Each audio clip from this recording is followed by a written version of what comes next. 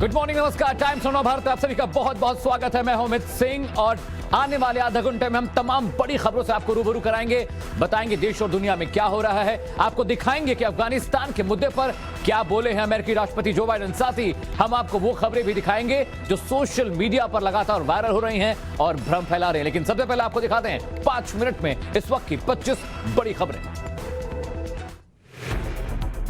अफगानिस्तान मुद्दे पर अमेरिकी राष्ट्रपति जो बाइडेन ने किया दुनिया को संबोधित। अफगानिस्तान में जारी रेस्क्यू ऑपरेशन को बताया दुनिया का सबसे मुश्किल रेस्क्यू ऑपरेशन। एक हफ्ते में 13,000 लोगों को अभी तक रेस्क्यू किया गया है। बीते 4 महीने में कुल 18,000 लोगों को अफगानिस्तान से किया गया रेस्क्यू। बाइडेन ने हर अमेरिकी को बाहर निकालने का दिया आश्वासन। बाइडेन ने कहा रेस्क्यू ऑपरेशन चलाने के लिए तालिबान से हो चुका है एग्रीमेंट। तालिबान को लेकर ब्रिटिश प्रधानमंत्री बोरिस जॉनसन का नरम रुख। कहा काबुल एयरपोर्ट पर हालात नॉर्मल हैं, जरूरत पड़ने पर तालिबान के साथ करेंगे काम। पाकिस्तान में एक्टिव तहरीके तालिबान ने अफगान तालिबान के साथ मिलाया हाथ। तालिबान ने टीटीपी के सेकंड इन कमांड मौलवी फकीर को काबुल की जेल से किया था रिहा। टीटीपी लीडर ने पाकिस्तान में शरीयत कायम करने की खाई कसम। अफगानिस्तान के कई इलाकों में तालिबान और अमरुल्लाह सालेह की फौज के बीच जारी है झड़प। पुल हासर दाहे सलाह समेत 3 प्रांतों को तालिबान के कब्जे से छुड़ाया गया। यूपी चुनाव से पहले बड़ा सदस्यता अभियान चलाएगी बीजेपी। 23 अगस्त से 2 करोड़ सदस्यों को जोड़ने का लक्ष्य रखा। बूथ सम्मेलन के बाद अभियान शुरू करेंगे जेपी नड्डा। सितंबर तक चलेगा बीजेपी का सदस्यता अभियान। विपक्षी दलों के साथ सोनिया गांधी ने की वर्चुअल बैठक में शामिल हुए 19 दलों के नेता। सरकार के खिलाफ एकजुट होने की बनी रणनीति। सोनिया गांधी ने कहा निजी फायदे से ऊपर उठकर राष्ट्रहित के लिए एक होना होगा। ममता बनर्जी ने आपसे मनमुटाव दूर कर सरकार के खिलाफ एकजुट लड़ाई की बात कही। पीएम मोदी ने सोमनाथ मंदिर में कई योजनाओं का किया शिलान्यास और उद्घाटन। पीएम ने अपने संबोधन के दौरान आतंकवाद पर करारा प्रहार किया। कहा आस्था को आतंक से कुचला नहीं जा सकता। सोमनाथ मंदिर को 4 योजनाओं की दी सौगात। फेसबुक और इंस्टाग्राम ने राहुल के विवादित पोस्ट को हटाया। राहुल ने दलित रेप पीड़ित की पहचान उजागर करने वाला पोस्ट किया था। टाइम्स नाउ नव भारत ने राहुल के झूठ का खुलासा किया था। बिहार में लालू के दोनों लाल के बीच खींचतान खुलकर आई सामने। तेजस्वी से नहीं मिल पाने पर भड़के तेज प्रताप। तेजस्वी ने कहा अनुशासन बहुत जरूरी। छत्तीसगढ़ के नारायणपुर में नक्सली हमले में 2 जवान शहीद। 200 नक्सलियों ने आईटीबीपी की टीम पर किया था हमला। जवानों के हथियार भी साथ ले गए नक्सली।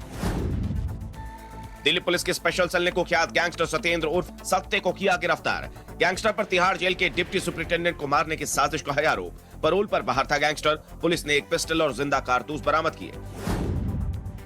उज्जैन में मुहर्रम के जुलूस के दौरान लगे पाकिस्तान जिंदाबाद के नारे। पुलिस ने 4 आरोपियों को किया गिरफ्तार। 15 लोगों के खिलाफ देशद्रोह का मामला दर्ज। सीएम शिवराज सिंह चौहान ने इस मुद्दे पर अपनाया कड़ा रुख। कहा तालिबानी मानसिकता बर्दाश्त नहीं की जाएगी।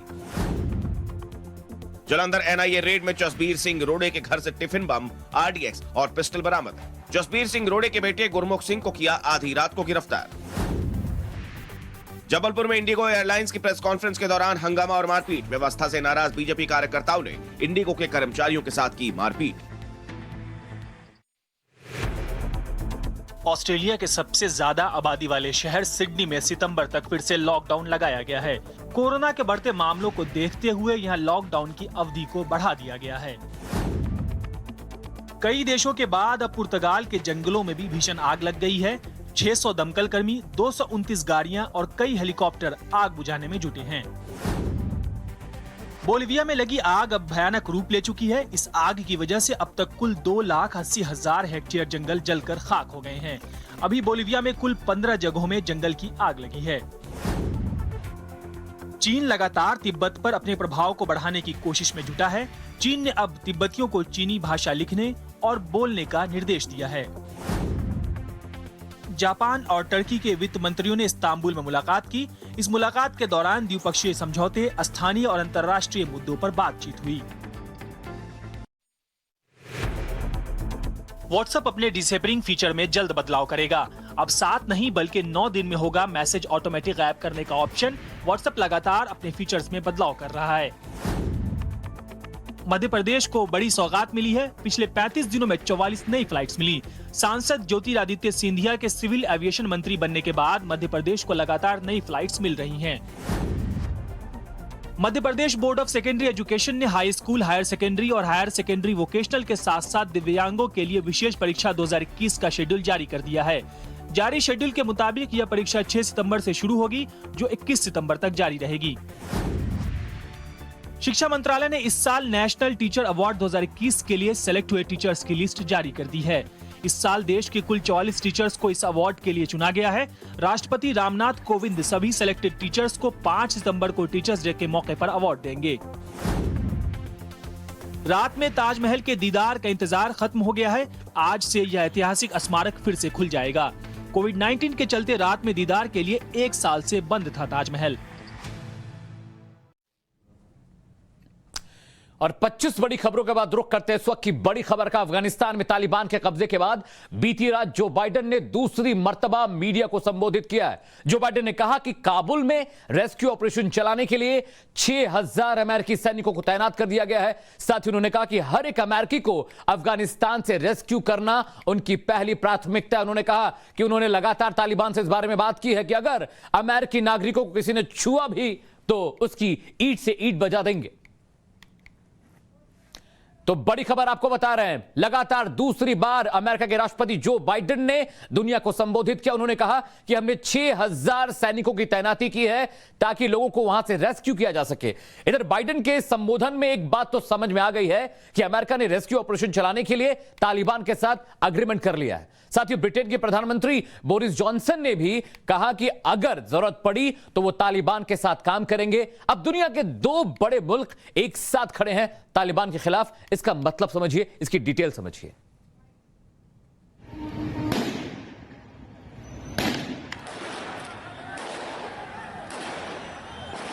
We've made an agreement with the Taliban thus far. They've allowed them to go through. It's in their interest for them to go through. Working with the Taliban, of course, if necessary.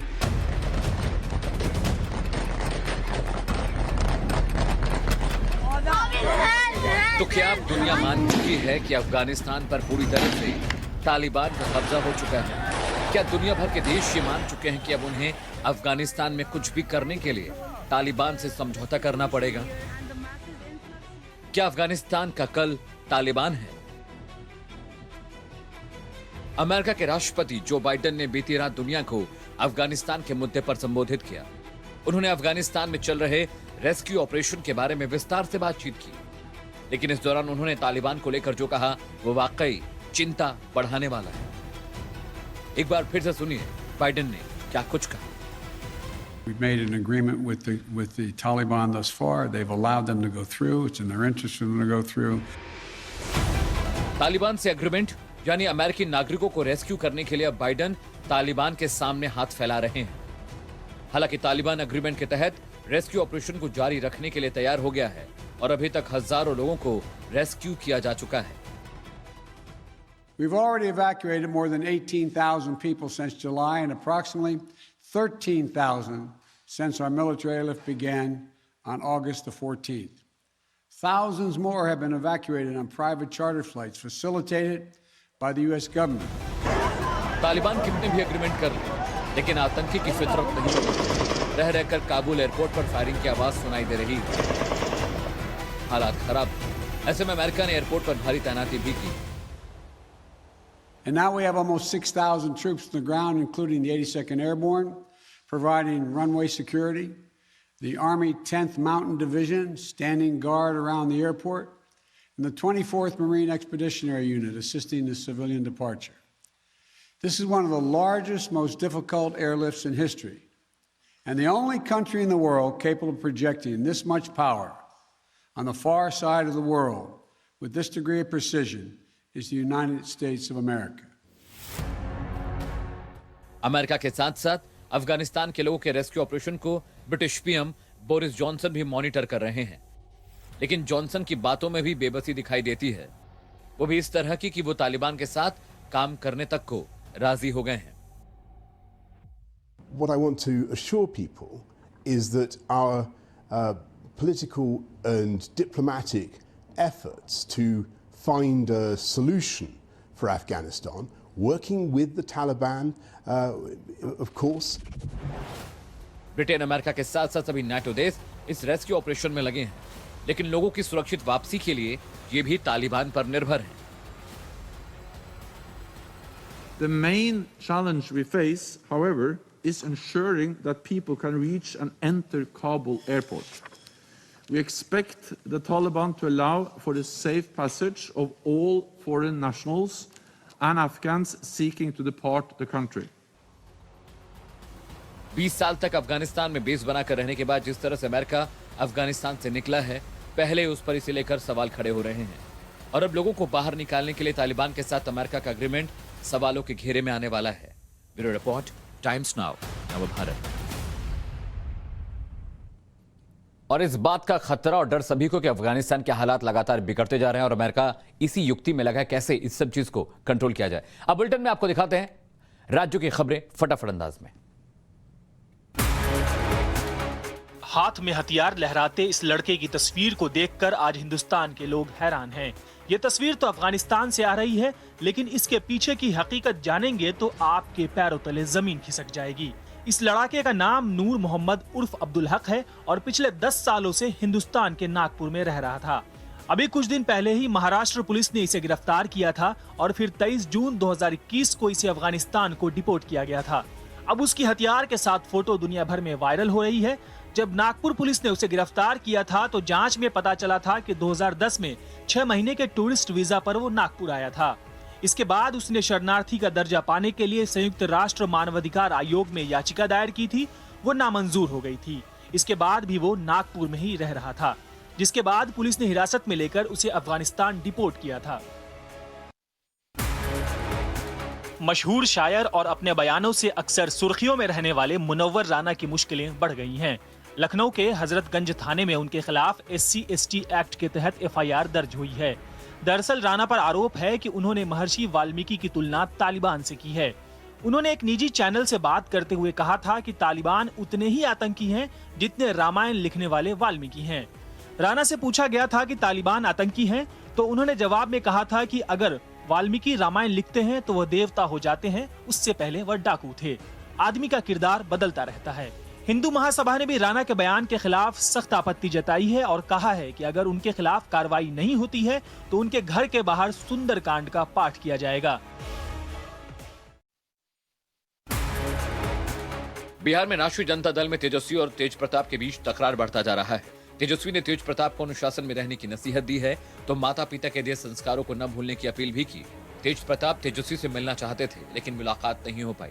उसके बाद तेज प्रताप और भड़क गए। दरअसल Bihar RJD के प्रदेश अध्यक्ष जगदानंद सिंह और लालू प्रसाद के बड़े बेटे तेज प्रताप यादव में तकरार चरम पर है और इस तकरार से तेजस्वी यादव धर्म संकट में फंसे हैं।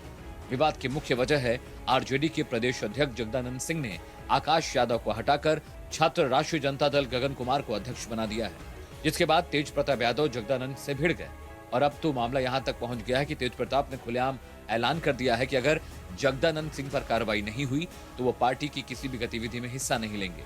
प्रदेश अध्यक्ष पार्टी संविधान से अलग हटकर काम कर रहे हैं, इसे लेकर वो अपने पिता लालू प्रसाद यादव से भी बात करेंगे। लेकिन तेज प्रताप जगदानंद सिंह के प्रति जितने तल्ख हैं, लालू के छोटे बेटे तेजस्वी यादव उतनी ही मजबूती के साथ जगदानंद सिंह के साथ खड़े हैं। ऐसे में साफ है कि आरजेडी के अंदर सब कुछ ठीक नहीं चल रहा है। दिल्ली सरकार और LG में फिर से विवाद छिड़ गया है। दिल्ली के डिप्टी CM मनीष सिसोदिया ने दावा किया कि केंद्र सरकार ने ऑक्सीजन की कमी की वजह से हुई मौतों की जांच के लिए कमेटी बनाने का प्रस्ताव फिर से नामंजूर कर दिया है। सिसोदिया ने केंद्र सरकार पर आरोप लगाते हुए कहा कि एक तरफ तो राज्यों से कोरोना काल में ऑक्सीजन की कमी से हुई मौतों का आंकड़ा मांगने का ड्रामा करते हैं, दूसरी तरफ जांच कमेटी को रुकवा देते हैं। आखिर क्या छिपाना चाहती है केंद्र सरकार? सिसोदिया ने कहा कि वो इस बात से इनकार नहीं कर रहे कि दिल्ली में ऑक्सीजन की कमी से मौत नहीं हुई, लेकिन केंद्र छुपाना चाहता है। सिसोदिया ने कहा कि केंद्र को यह मानना होगा कि वो देश और दिल्ली में ऑक्सीजन संकट के लिए जिम्मेदार है। मनीष सिसोदिया ने पिछले हफ्ते केंद्रीय स्वास्थ्य मंत्री मनसुख मांडविया को पत्र लिखा था कि जांच के बिना यह पता लगाना मुश्किल है कि क्या कोविड-19 की दूसरी लहर के दौरान ऑक्सीजन की कमी से मौत हुई थी। दिल्ली सरकार विशेषज्ञ पैनल के गठन के लिए उपराज्यपाल से नए सिरे से मंजूरी मांग रही है, जिसे LG ठुकरा रहे हैं। यूपी ATS ने धर्मांतरण मामले में 6 आरोपियों के खिलाफ कोर्ट में चार्जशीट दाखिल किया है, जिसमें दावा किया गया है कि देश में जनसंख्या संतुलन को बिगाड़ने के मकसद से बड़े पैमाने पर उमर गौतम और उसके साथी अवैध धर्मांतरण करा रहे थे, जिसके लिए बाकायदा देसी और विदेशी फंडिंग हो रही थी। चार्जशीट के मुताबिक आरोपी धर्म परिवर्तन करने वाले व्यक्ति को उसके धर्म के विषय में भ्रामक तथ्य बताते थे, उनके मूल धर्म के प्रति गलत जानकारी देते थे, धर्म विशेष के लोगों को डराते धमकाते थे। यहाँ तक कि गिरोह के लोग आर्थिक रूप से कमजोर महिलाओं और दिव्यांगजनों, विशेषकर मुक बधिरों को बहला फुसलाकर उनकी इच्छा के खिलाफ धर्मांतरण कराते थे। एटीएस ने कहा कि इस नेटवर्क के बारे में उनके पास तमाम सबूत मौजूद हैं और इस रैकेट का नेटवर्क विदेश से जुड़ा हुआ है। अब तक इस मामले में 10 लोगों की गिरफ्तारी हो चुकी है। और अब आपको दिखाते हैं आपके काम की 5 बड़ी खबरें जो आपके लिए जाना जरूरी है। जायडस कैडिला की कोरोना वैक्सीन को भारत में आपात इस्तेमाल की मंजूरी मिल गई है। 12 साल से अधिक उम्र के लोगों को ये वैक्सीन लगाई जा सकती है। जायडस कैडिला की कोरोना वैक्सीन को ज़ाइकोव-डी नाम दिया गया है। ये डीएनए पर आधारित दुनिया की पहली स्वदेशी वैक्सीन है। जायडस टीके को मंजूरी मिलने के बाद पीएम मोदी ने कहा कि ये देश के लिए एक बड़ी उपलब्धि है। प्रधानमंत्री नरेंद्र मोदी ने शुक्रवार को जायडस कैडिला के टीके को आपातकालीन उपयोग की मंजूरी मिलने पर खुशी जाहिर करते हुए कहा कि भारत पूरी ताकत के साथ कोविड-19 से लड़ रहा है। पीएम मोदी ने कहा कि दुनिया के पहले डीएनए आधारित जायडस कैडिला के ज़ाइकोव-डी टीके को मंजूरी भारत के वैज्ञानिकों के उत्साह का प्रमाण है। कोविड वैक्सीन की कमी से परेशान मुंबई को कोविशील्ड के 1.5 लाख टीके मिलने की खबर है, जिसके बाद बीएमसी ने कहा कि आज से मुंबई में कोविड वैक्सीन की शुरुआत होगी। मुंबई में वैक्सीन की किल्लत देखने को मिल रही है। लोकल ट्रेन का सफर हो या कोई दूसरा काम, मुंबई में घूमने फिरने के लिए वैक्सीन सर्टिफिकेट होना जरूरी है। वैक्सीन सर्टिफिकेट यानी कि दोनों डोज जरूरी, लेकिन एक आम मुंबईकर डोज कहां से ले जब सरकारी वैक्सीनेशन सेंटर में वैक्सीन की भारी किल्लत है। आंकड़ों की माने तो 11 लाख मुंबईकरों को दूसरी डोज लगना चाहिए। उनमें से सिर्फ 3 लाख को ही दूसरी डोज लेने में कामयाबी मिली है। 2,24,000 लोगों को कोविशील्ड की पहली डोज के लिए 84 दिन पूरे हो चुके हैं, लेकिन दूसरी डोज पाने में भारी मशक्कत का सामना करना पड़ रहा है। वैक्सीनेशन सेंटर्स पर लोगों को वैक्सीन नहीं मिल पा रही है, जिसके बाद लोग नाउमीदी के साथ वहां से वापस लौट रहे हैं। रक्षाबंधन के मौके पर महिला यात्री 21 अगस्त की रात 12 बजे से 22 अगस्त की रात 12 बजे तक रोडवेज की बस में फ्री में सफर कर सकेंगी। मुख्यमंत्री योगी आदित्यनाथ ने आदेश दिया कि महिलाएं इस बार भी रक्षाबंधन के मौके पर फ्री में यूपी रोडवेज की बस में सफर करेंगी। बुधवार को शासन से आदेश भी आ गया। रक्षाबंधन पर महिला यात्री रोडवेज की सभी एसी और जनरल कैटेगरी की बस में सफर कर सकेंगी। पिछले साल रक्षाबंधन पर प्रयागराज रीजन में 34,000 महिला यात्रियों ने फ्री में सफर किया था। इस साल रोडवेज अफसरों को उम्मीद है कि आंकड़ा 40,000 की संख्या को पार कर सकता है। यूपी में 21 अगस्त को मिशन शक्ति के तीसरे चरण की शुरुआत होने जा रही है। इसे लेकर प्रदेश के मुख्यमंत्री योगी आदित्यनाथ की ओर से विभागीय अफसरों को खास दिशा निर्देश जारी किए गए हैं। सीएम ने प्रदेश के सभी जिलों में मिशन शक्ति से जुड़े आयोजन कराने के निर्देश दिए हैं। इसी के साथ इन कार्यक्रमों में शामिल होने वाली महिलाओं को कोरोना संक्रमण के बीच आ रहे रक्षाबंधन के त्योहार के चलते एक मास्क और राखी गिफ्ट में दी जाएगी। सीएम योगी आदित्यनाथ ने कहा कि स्वाधीनता के अमृत महोत्सव साल को देखते हुए इस खास मौके पर कोरोना काल में शानदार काम करने वाली महिला चिकित्सकों, स्वास्थ्य कर्मियों, महिला स्वयं सहायता समूह, महिला स्वयंसेवी संगठन, शिक्षा, महिला सशक्तिकरण के क्षेत्र में काम करने वाली 75 महिलाओं को सम्मानित भी किया जाएगा। कोविड के चलते रात में देखने के लिए 1 साल से बंद ताजमहल को आज फिर से खोल दिया जाएगा। 17 मार्च 2020 को पहले कोविड लॉकडाउन के दौरान ताजमहल को रात में दीदार के लिए बंद कर दिया गया था। 21, 23 और 24 अगस्त को ताजमहल को रात में देखने की परमिशन दी जाएगी, क्योंकि स्मारक हर हफ्ते शुक्रवार को बंद रहता है और रविवार को लॉकडाउन है। टूरिस्टों के लिए 3 स्लॉट हैं, रात 8:30 से 9 बजे, 9 से 9:30 बजे और रात 9:30 से 10 बजे तक।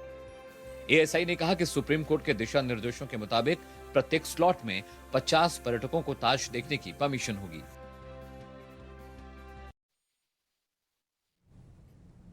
और अब वक्त है आज के फैक्ट चेक सेगमेंट का। आज के फैक्ट चेक सेगमेंट में हम आपके लिए 2 वीडियो लेकर आए हैं। पहला वीडियो अफगानिस्तान का है, जिसे लेकर हैरान करने वाले दावे किए गए हैं, और दूसरा वीडियो दिल्ली पुलिस का है, जिसमें यह कहा जा रहा है कि दिल्ली पुलिस खास तरह की वेबसाइट सर्फ करने पर आपसे 3,000 रुपए का जुर्माना लेगी। क्या है इन दोनों वायरल वीडियो का सच? इस फैक्ट चेक सेगमेंट में देखिए और समझिए। आज का पहला फैक्ट चेक वीडियो अफगानिस्तान से जुड़ा हुआ है। अफगानिस्तान पर तालिबान के कब्जे के बाद लोग देश छोड़कर भाग रहे हैं। काबुल एयरपोर्ट से कई डराने वाली तस्वीरें भी सामने आई, जिनमें लोग अपनी जान की परवाह किए बगैर हवाई जहाज के टायर्स पर लटके नजर आए। रिपोर्ट के मुताबिक उड़ान भरने के बाद 3 लोगों की प्लेन से नीचे गिरकर मौत भी हुई। अब सोशल मीडिया पर एक वीडियो वायरल हो रहा है। वीडियो में एक शख्स को प्लेन की विंग पर लेटे हुए देखा जा सकता है। दावा किया जा रहा है कि तालिबान के डर से अफगानी नागरिक देश से बाहर निकलने के लिए ऐसे रास्ते अपना रहे हैं। Facebook page Gulistan news channel के जरिए शेयर की गई इस वीडियो को अब तक 8 लाख बार देखा जा चुका है। हमने गूगल क्रोम के इनविट टूल की मदद से वायरल वीडियो के की फ्रेम्स निकाले और उन्हें रिवर्स इमेज में सर्च किया। सर्च रिजल्ट से पता चला कि यह वीडियो पिछले साल भी वायरल हुआ था, जिससे स्पष्ट है कि अफगानिस्तान पर तालिबान के कब्जे के बाद का वीडियो नहीं है। पिछले साल ट्विटर पर शेयर किए गए इसी वीडियो को देखने से पता चला ये ह्यू आंको यूजर नेम का एक टिकटॉक वीडियो है, यानी वीडियो को लेकर किया जा रहा दावा फर्जी है। और अब आज का दूसरा फैक्ट चेक वीडियो। कोरोना महामारी के आने के बाद एक और लोगों की इंटरनेट पर निर्भरता बढ़ गई, तो दूसरी ओर लगातार कई तरह के मैसेज भी इंटरनेट पर वायरल हो रहे हैं। सोशल मीडिया पर लगातार इस तरह के मैसेज देखने को मिल रहे हैं जिनका सच्चाई से कोई वास्ता नहीं। ऐसा ही एक मैसेज सोशल मीडिया पर आया है जिसमें कहा गया कि अगर कोई यूजर इंटरनेट पर प्रतिबंधित साइट सर्च करेगा तो उसे दिल्ली पुलिस ट्रैक कर लेगी और उस पर 3000 रुपए का जुर्माना लगाया जाएगा। इस मैसेज के बारे में जांच करने पर पाया गया कि इसमें कोई सच्चाई नहीं है। भारत सरकार की संस्था प्रेस इंफॉर्मेशन ब्यूरो PIB ने इस मैसेज का खंडन करते हुए इसे फर्जी बताया है। PIB का ट्वीट कहता है, एक फर्जी सूचना के माध्यम से दावा किया गया कि दिल्ली पुलिस प्रतिबंधित साइट पर जाने के कारण यूजर्स को ब्लॉक कर रही है और 3000 रुपए का जुर्माना भी मांग रही है। मैसेज में कहा गया कि यूजर को भारतीय आंतरिक मंत्रालय के नंबर पर 3000 की जुर्माना राशि देनी होगी। PIB ने कहा कि यह दावा फर्जी है और आर्थिक धोखाधड़ी की एक कोशिश है। सच्चाई यह है कि आंतरिक मंत्रालय नाम का कोई मंत्रालय ही नहीं है। Report times now Navbharat.